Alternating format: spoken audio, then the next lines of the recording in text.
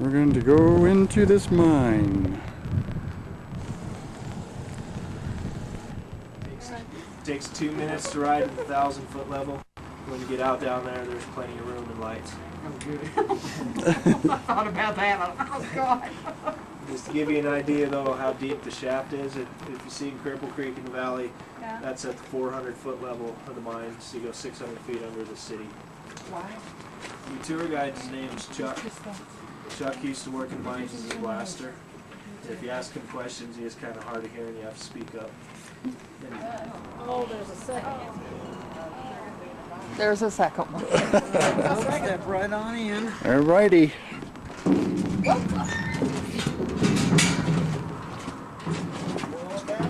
Oh, we're dripping. Must be what he was talking about.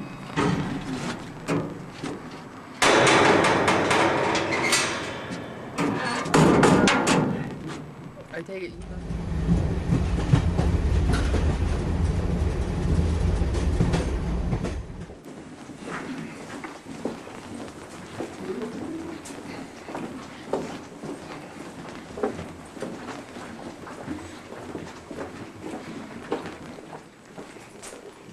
Have any of you ever been in any other mines? No. Looked at them in books or whatever? Yeah. Looked You at might them. notice there's no timbering or bracing in these mines. Yeah. We're in solid granite, so it's just not needed like it would be in a coal mine, for instance, or soft rock mine. This was the lowest paid man in the mine. He made about $3 a day. He's called a mucker, and these shovels down here are called muck sticks.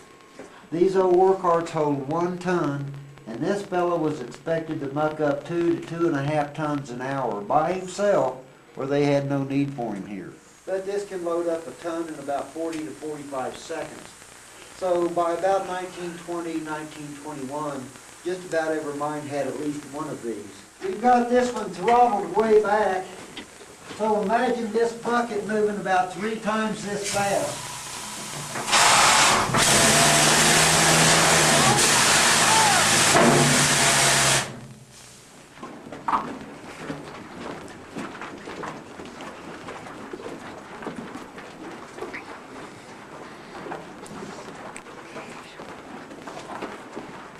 In the mid-1800s, England started putting out these steam drills. About 1900, we converted them to air and started using them in this region. This is a linear self-feeding column drill, and with one of these we can drill 6 to 8 foot holes instead of just 1.5 or 2 foot, and could drill that hole in just over an hour. But this would tie up 3 men between drilling, breaking it down, and resetting it. This country added this tank called a jack tank. We put water in that and pressurized it with air and made these steels with a channel going through them so we could feed some water into it to try to help with the dust a little bit. Coal miners were dying of black lung disease. These hard rockers died of silicosis from breathing all that granite dust and silica dust.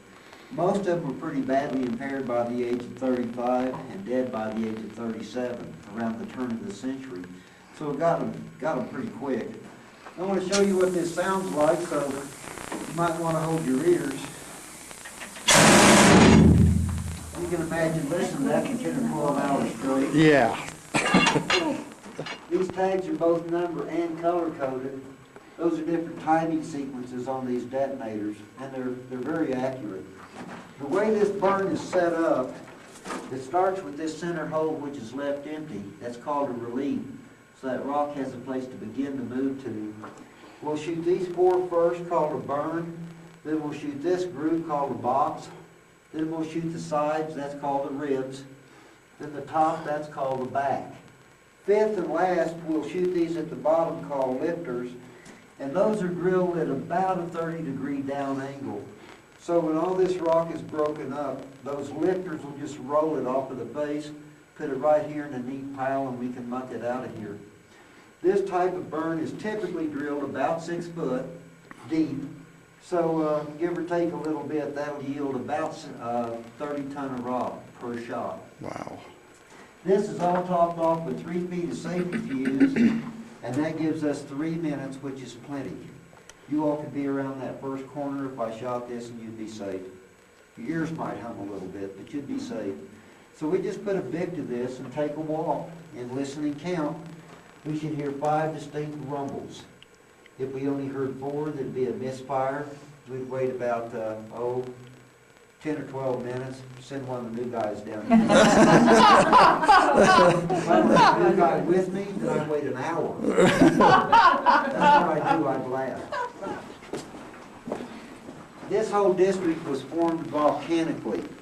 So just about all the veins run vertical like this. So a vein will come up, it'll drift sideways for a while, then on up, sideways, and on up. When we find a good vein, we try to cross-cut right under it and go straight up into it so we can use gravity to help us out, move all that heavy rock and ore for us. You only find these veins by sheer dumb luck. You just keep cross-cutting until you're lucky enough to hit something, and when you do, you go for it. A lot of these mines had miles and miles of cross-cuts and never hit anything and just went bankrupt. That's called an indicator. In this area, 99.99% of the time, if you have fluorite, you have gold. It likes to associate with it in the form of calaverite. So that's called an indicator. So that's what we're looking for a gold vein in these mines. When they made this crosscut, they found that little vein. But when the vein got over here, it became a great big prosperous vein, so we started stoping it out. Can you see that plank up there? Yeah. Once we start stoping, that's actually where most of our work takes place. 80 to 85% of the time, we're standing or sitting on a plank like that with a big drill or a blast unit or whatever, working that vein. It's only in movies that you see nuggets or veins of yellow gold in a hard rock mine. That's Hollywood. You don't see yellow gold down deep like this. There is one exception to that we'll look at in a bit, but it's extremely rare. I do want to show you how this one works, so you might want to hold your ears again.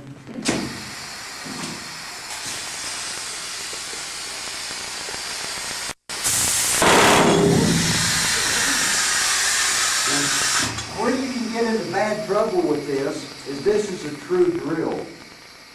Sometimes these steels get bound up in the rock. Once in a great while they even break. But if this can't rotate, then this is going to. Then you have a 96-pound drill that wants to spin, and they've got these hoses attached. And we have legs attached. You can imagine being up there on a plank and having this thing decide to dance with you. It's no fun at all. This pipe here is fixed to press airline. Are just iron that's leaching out of the... Oh, there we go. Y'all hear that? I do. Woo! You all got a bonus. That's not normally on the tour. Exciting, isn't it? No. Neighbors, you know what a working mine sounds like. 2 of those were echoes, but there were 5 of them. Does So, that ever affect any other mine in the area No. as far as any crumbling or anything? No? In fact, in these 2,400 miles of crosscuts that we know of, there's never been one single just inadvertent cave-in, ever. Really? There's Wow. been improper blasting that's caved them in, but there's never been just an actual cave-in. There's 10 levels in this mine. You're on the 10th or bottom level. You can come into this stope from 4 other levels as well. This thing was mined from the end of World War I to the beginning of World War II, and in those years they took 12 million out of this. But now that's when gold was $20.67 an ounce. It's currently around $6.80. So if you do the math, a lot of gold. It's going to make a racket while I fill it up. But go ahead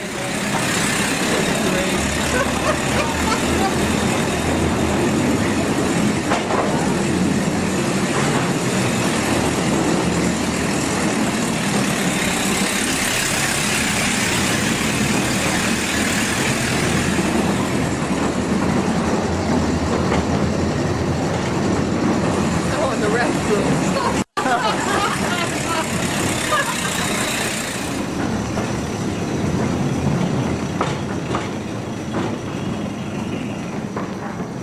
Workshop.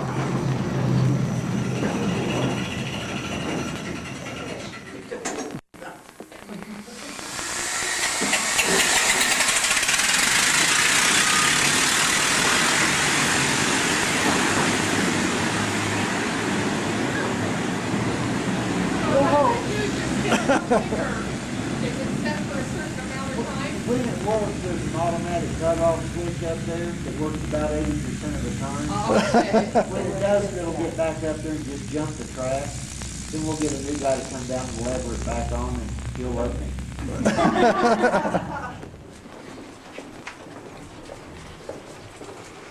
If we go vertically down, that's called wincing. This big bucket that's in here is called a sink bucket. It also holds 1 ton, and that's the very bucket that was used to dig the shaft you all came down. And more often than not, when we're doing production, we don't ride down in those cages. The cage comes off and that goes on, and that's our ride to work of the morning. We just stand in that and grab the cable and kind of hope. That cage might not have seemed like the smoothest ride to you on your way down. Trust me, compared to this round thing bouncing around in there, it's pretty smooth. You won't see one of these anywhere in the world outside of this district. I think that's just a signal to me. It's not a power outage. They're telling me to grab a lamp on the way up, that's all that is. Or we have a power outage. We'll be down here singing the chorus to Kumbaya for 3 hours while they get the thing fixed. No, it's just a signal, honest. My favorite toy in the entire mine, so if I can get the valve to work, I want to try to show you how this thing works.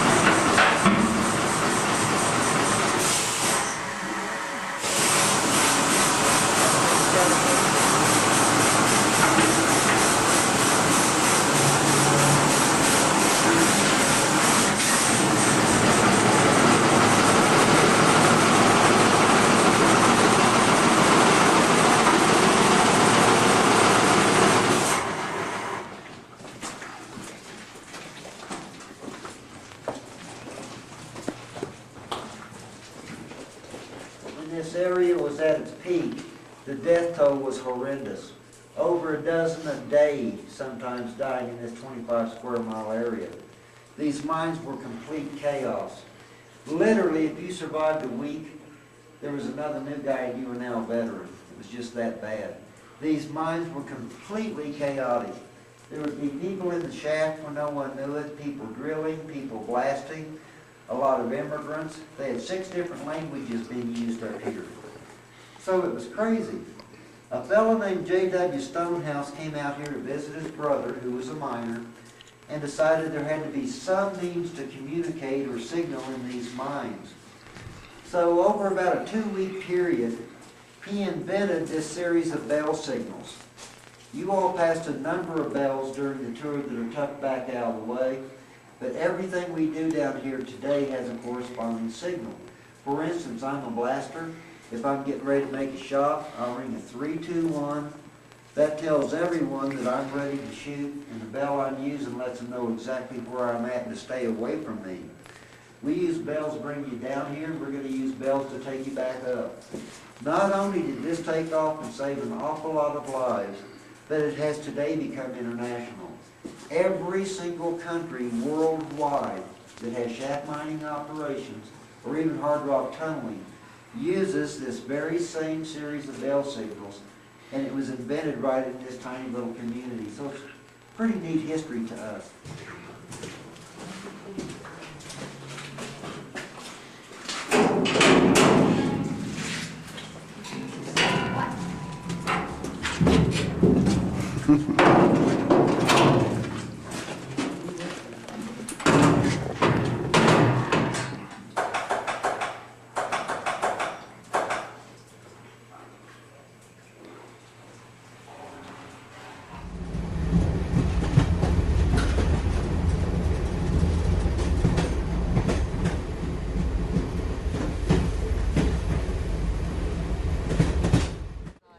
We made it back out. That was a great tour. That was wonderful.